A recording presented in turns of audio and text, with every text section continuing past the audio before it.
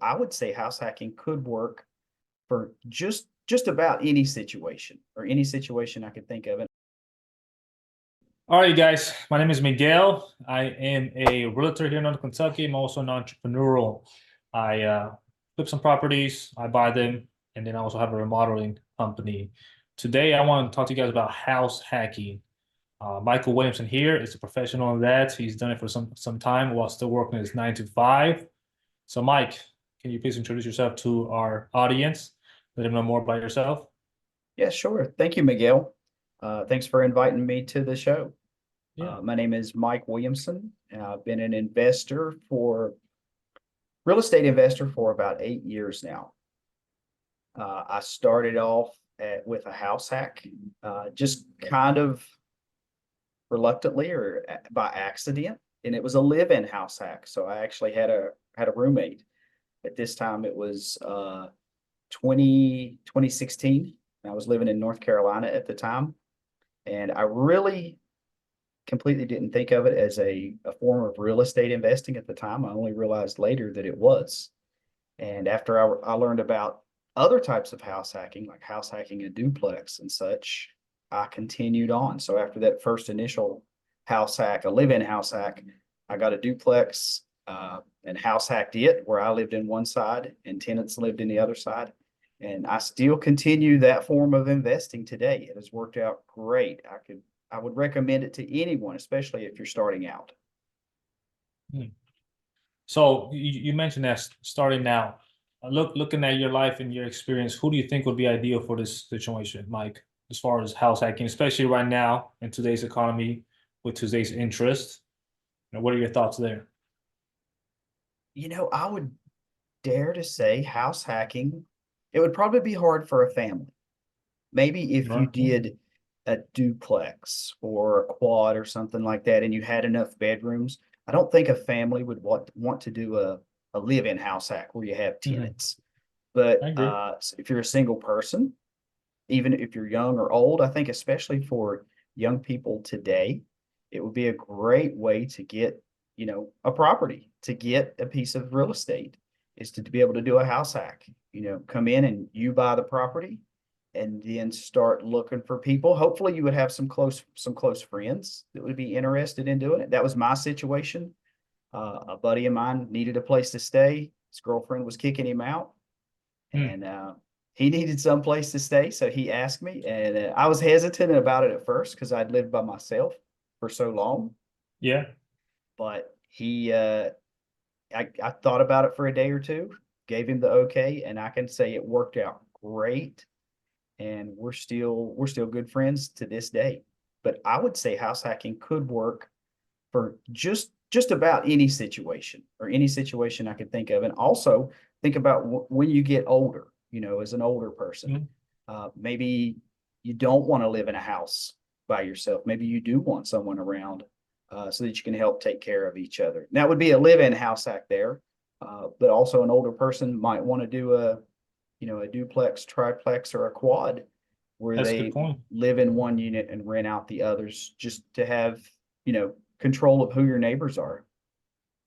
I know before the show you mentioned to me that you have a property in North Carolina and then a couple Yes, of duplexes here. For true. those individuals that are thinking, you know what, I want a house hack, but I don't want to manage these properties. I'm not a landlord. I don't want to do that. I don't want to deal with the headache. What then? Well, I myself, I do not want to deal with those headaches. So all my properties, including the one I live in, are managed by a property manager. So the out-of-state property, it's in North Carolina, and it is the one of the first pieces of real estate I ever bought. It's actually just the Mhm. second piece of real estate I ever bought. And when I moved to Northern Kentucky, I didn't want to sell that property. So my intent when I left North Carolina to come to Northern Kentucky was to rent that property out. And luckily, I knew a local property manager that had always been interested in managing that property. Had always told me, "Hey, if you ever want to turn that into a rental, let me know," because she managed some other properties in that development. Okay.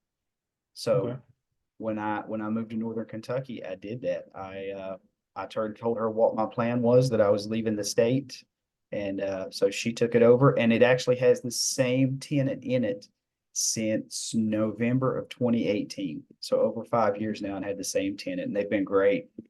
No issues whatsoever. Okay. Okay. Now, as far as, because I'm sure people want to know, okay, mortgage.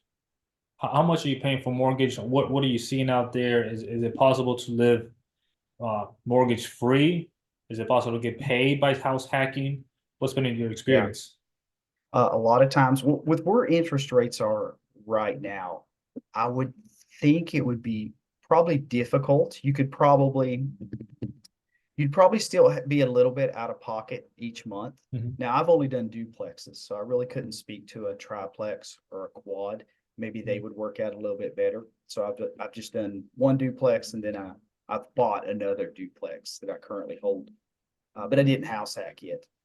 But my experience with this duplex is when I first bought it, which was in early part of 2019. Bought it, and when we first moved the tenant in, I was still out a little bit of money each month. Um, not for the payment, but I would say for the expenses. I always budget about 30% of the rent for expenses. So the rent covered the monthly payment, but then it didn't cover all of my expenses. So I was out that myself. But now what's happened over time is this was a fixed rate mortgage. I always do fixed rate mortgages, 30-year Yeah. fixed rate, because I want to know what my payment is going to be, next year, 3, 5 years down the road. I don't want to be guessing with adjustable rate mortgages, even if I get a better interest rate up front. But uh, as what happened over time was the payment stayed the same because of the fixed rate mortgage. Taxes and insurance went up a little bit, but the rent really went up. So the rent has went up enough that today I put about $100 in my pocket each month from the property that I live in. So the rent now, So just that duplex. just this duplex, the rent has went up enough that now it more than covers your principal, interest, taxes, and insurance. And then Okay. also uh, what I put back for expenses each month. And then I can put about $100 in my pocket each month. Okay. So that's how it So can be. you're It doesn't always start off that way, but right. over time, you'll end up being better off. What you should kind of look for in a house hack is if you can afford the house hack, if it's something you want to do, and it saves you money on what you would have been paying in rent. Like if you can do Right. the house hack and lower your expenses.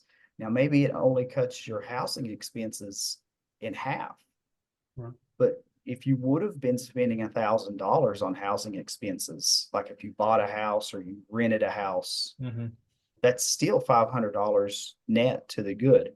Usually a house hack, a side-by-side house hack, I guess I'd say, or where you have a tenant living next door, usually those aren't going to pay you money each month, as in put money in your pocket. They'll just likely reduce your housing expenses each month, especially in the beginning. Now, over time, they get better though. And when you look at a property like that, like hey, I want to buy my next property to house hack. Uh, what do you look at? What do you look at in a building? Do you look in the Mhm. area, the location? I mean, how Yeah, can somebody that's new to this I start? do. Since I know typically I'm going to live in them, I Yeah. do want it to be in a decent area. Doesn't have to be a class A or anything like that, brand new neighborhood, properties less than 10 years old, anything like that. I'm not looking for that. And plus it's hard to find multifamily that is that new. Most It is. multifamilies probably 80s, 90s and further back. In fact, the property that I'm in here, it was built in 89. Um, Usually B-class neighborhoods, I want it to be safe during the day and during the night. Uh, but it doesn't have to be, you know, the absolute best neighborhood, just a good neighborhood. I typically price, I mean, that definitely matters. I just want to be able to run my numbers and figure out, hey, will this cut my housing expenses in half. If I had housing expenses, would it cut it in half?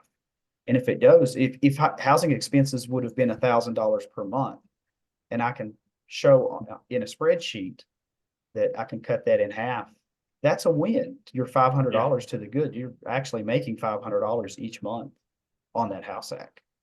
Right. So things like that. It could be I've done everything from this one, which was basically a BRRRR. So buy, rent. I actually didn't have to refinance it, but I did have to rehab one side of it. It could be anything from that. So I purchased this one as kind of a BRRRR. To the other property that I purchased, the other duplex, it was ready to go day one. There was some minor repairs, but not all that much, nothing major. I probably spent less than $5,000 in the first year on it. So Okay. it was rent ready when I bought it, had tenants in place and everything.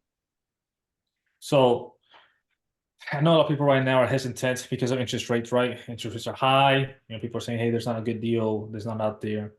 What are your thoughts on that? Do you think even with a climbing interest rate, there's still be deals to be found for house hacking? Do you think there's still a possibility? Yeah, there likely are. I can't say I've looked enough over the last few months just because time's been tied up with other things, my W-2 Yeah. job and such. But yeah, Well, I'm that's another thing. I mean, doing all this while still working a 9 to 5.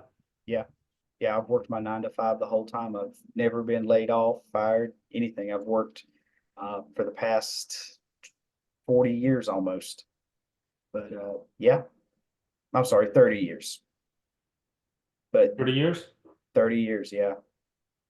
But yeah, I think there probably are where interest rates make it tougher. And unless we could possibly find a seller financed opportunity. And those are out Okay. there. That they're I'm sure they're out there. I haven't been searching for them myself. But I'm sure that they exist. So if you could get an existing seller to, get you a decent deal on the interest rate and save on what interest rates are today, I think most likely today it's 7.5% or so. Right. If you can get a better interest rate by going directly to the seller, hey, there's probably a deal to be had there. Okay. Now, I know you mentioned seller finance. When you look at your properties, I mean, what's your exit strategy? I mean, what can people do once you round up 5, 7, 8 units, right? Uh, do you sell them? Do you keep them? How's retirement gonna look like for you on that? And what are the possibilities for people that don't know much about that? Sure, good question. For me, I'm buy and hold. I've only sold one property in my life, and that was when I was in my 20s. And I really wasn't planning to be a real estate investor at that point. I didn't know anything about it. And it was in a location as far as an area that I didn't want to stay in. It just didn't have good economic growth, things like that. So when I left that area, I sold that property. But since then, every property that I've bought, I've kept. And that's kind of my MO. I'm just going to buy and hold. The exit strategy I see someday for myself, hopefully 20 years from now, 30 years from now, when I guess I'm probably just done dealing with maybe any headache from properties, even though I don't have a whole lot with having actually two property managers in place. Uh, I would like to think I'd sell my properties on seller financing. And the Okay. reason for that is now I haven't done any of this yet. I haven't bought a property on seller financing or sold one. But my understanding of it is that I could sell my existing properties, probably one or two at a time, and still maintain income from those properties Yeah. because I would essentially become the bank. So that person, the buyer, would basically be buying the property from me, and I would be fronting them the money to buy the property, letting them Okay. borrow the money from me, and then they would make me monthly mortgage payments. And I think that would be no better way to do it because you avoid the big tax hit of that sale of that property in one year. Yeah. Now, I know a lot of people when it comes to real estate, when it comes to the stock markets, what are your thoughts on that when it comes to the right retirement plan? Mhm. Because I know a lot of people right now, right, we're digging into the 401k, that's the plan. Yeah. What do you like better? When I was younger, I guess I'd say I like the real estate market, or I'm sorry, like the stock market better. It's just easier to get into. And I could at least start investing. And I did. I started actually in my early 20s. I started investing. Started a 401k at that time, started an individual IRA, started a savings account, and just started my own brokerage account at the time. And I've invested ever since. And there were times I Okay. was investing into things like a REIT, a real estate investment trust at that time. That you could say that was maybe my first real estate investment, but I really didn't own any Right. property or anything. I was just investing into a fund that owned some real estate. But I like the stock market for young investors or anyone really. It doesn't have to be young that maybe doesn't have a lot of cash to start off with. But you do have to be prepared for the ups and downs of the market. The Mhm. day-to-day swings of the market can be wild. I always tell people when they're investing in the stock market, I think it was in 2010 or 2012, we had what's called the flash crash, and the market lost. I'm going to get the numbers wrong, but if you look up the flash crash, you'll see it. The market lost like 20% of its value in 5 minutes. Wow. And that's crazy. It returned. It came back in the same day, so it gained the majority of that back. So at the end of the day, it was nearly where it had been at the start of the day. But you have to be ready for just wild swings like that, even year to year. So put your money in maybe early and plan on investing for 3, 4, 5, 10 years. And then when you do have the money saved up, then maybe buy your first piece of real estate. But I Mhm. like the stock market because it is easy to get into. But when you've got the money, when you've got the down payment to invest in real estate and it makes sense for you, then I recommend invest in real estate because you don't see those wild swings in prices in real estate. Real estate moves slowly. Like the example I like to give for real estate was anybody that remembers uh, the 2007, 8, 9 uh, housing market crash. Well, we call it a crash, but housing prices moved much slower from the Yeah. top of the market in, I think it was 2007 to the bottom of the market 18 months later in 2009. It took 18 months to get there. Whereas the stock market can move like that. It moves really fast. You could lose 10 to 20% possibly in a day. It's not unheard of. It could happen. I think there's circuit breakers and stuff in place now to prevent some of that, but it can still happen. You could lose it quickly in the stock market. Whereas in the housing market, real estate, it does not move that quickly. It moves Hmm. slowly month over month. Okay. So I know we're coming to the end of the interview. Now, if somebody wants to get a hold of you, Mike, say, hey, Mike, Mhm. teach me about the things you've done to do the house hacking. Teach me, what books are you reading? What mentors are you listening to? That way they can get started as well. How can they get a hold of you? How do they reach out to you? Best way is email, Okay. and that's M Williamson, just like my name, Mike Williamson. So M Williamson 1945, just like the year 1945, at gmail.com. So M Williamson 1945 at gmail.com. Okay. I'll make sure to include that on the link below as well. That little Gmail, so that way you guys can reach out to them. So, any last words, Michael? No, I don't think so. Just know that it takes time. It won't be fast. It's always going to take longer than you think it will, and it's going to be harder than you think it will. Uh, getting real estate and then using that to help fund your life and your lifestyle. It's a decade-long process. It's not Mhm. fast, and the first 5 years are going to be really hard. Expect the first 5 years to not see a lot of progress.